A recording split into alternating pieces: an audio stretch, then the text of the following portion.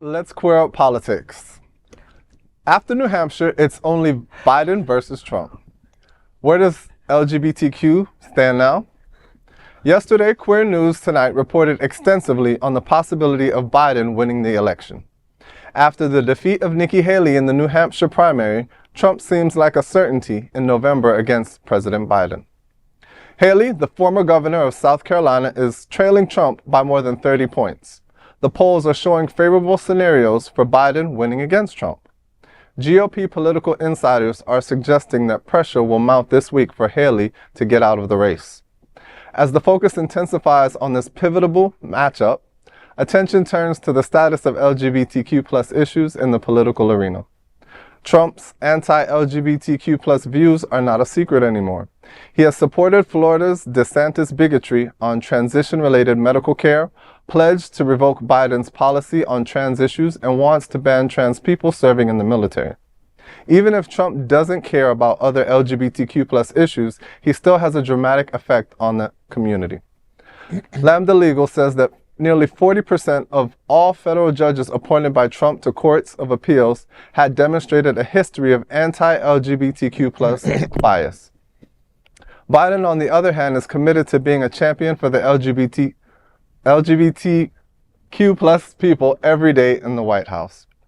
If the appointment of Judge Melissa Dubose and Nicole Berner gets confirmed, it would bring the total number of appointed LGBTQ+ judges to 11 in Biden's first term alone. So after Iowa and New Hampshire, it is likely Biden, Trump is a certainty. The remaining question is not LGBTQ+ voting in November, but rather will they? It is no wonder that the LGBTQ+ community and its allies are closely monitoring the upcoming election, as it will determine the trajectory of LGBTQ+ rights and projections in the United States.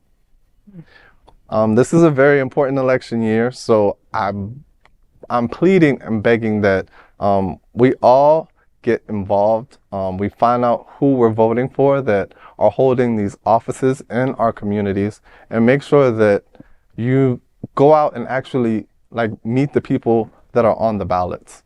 Find out what their biases, find out what their initiatives are.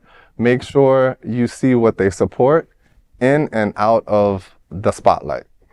There are plenty of opportunities, candidates' nights, and those are opportunities that people can go to those. And even at a minimum, I think to go to their websites and read what they have to say, and also read some critical reporting about them, some analysis about them as well, too.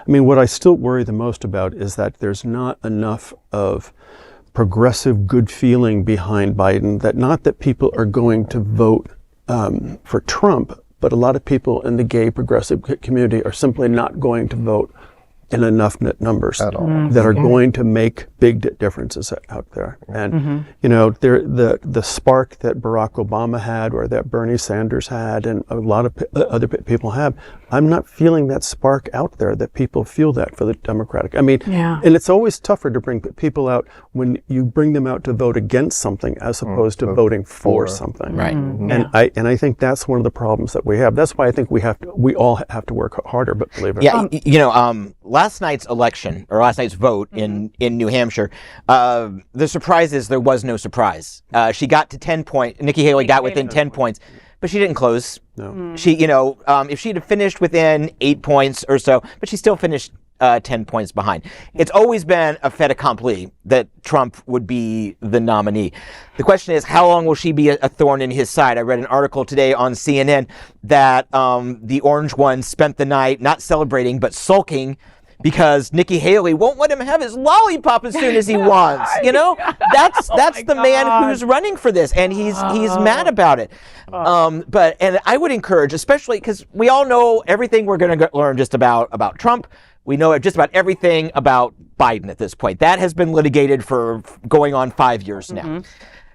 But when you do, and to your point, get out and vote and meet the candidates. Also research them, but do more than just a quick Google search, because campaign operatives are really good at scrubbing the web of negative things about their candidate, especially when they're not well-known candidates. You know, the candidate for District 23 or what in your state legislature. Yeah.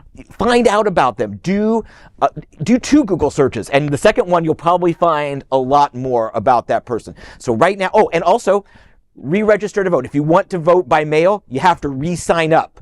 So get that done. So I'm just saying that these are the things we can do now. Yeah. Yeah. I was reading somewhere, John, and tell me if you agree that because of how Biden has handled things with Hamas, that he's also lost a lot of possible votership because of that. Do you believe that being true? No. Okay. No, voters rarely vote on foreign issues. Even in 2004, even that was the post 9/11 presidential election, and we were still losing scores of our soldiers every week in Iraq, and that didn't stick. Bush essentially cruised, in what we call cruising these days, to an electoral victory. So I really don't think it's going to matter, because it's not about all of them. Like the entire Jewish community of New York City could be upset with Biden, but it's not going to change the result of New York.